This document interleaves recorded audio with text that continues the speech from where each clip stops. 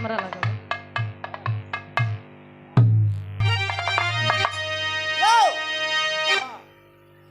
रुक जा महाराज तो ऐसे बताओ ठीक है भैया अगर कह दे कि सोने के झुमके आए हाय रे गावत थी कैसे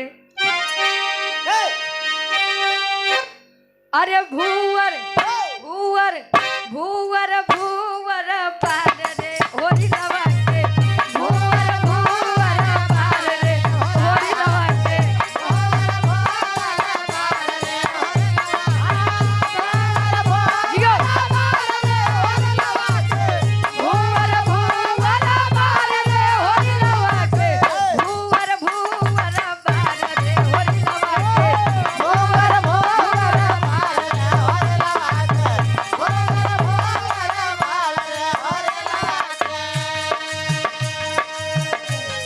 शादी उदी भवा की नहीं अबे ना इनका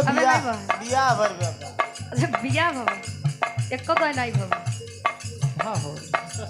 अच्छा नहीं भवा तो जाइते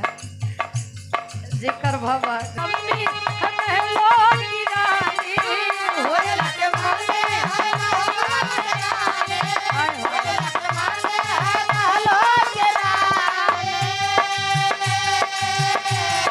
पल्लू बना ले रे पापा पापा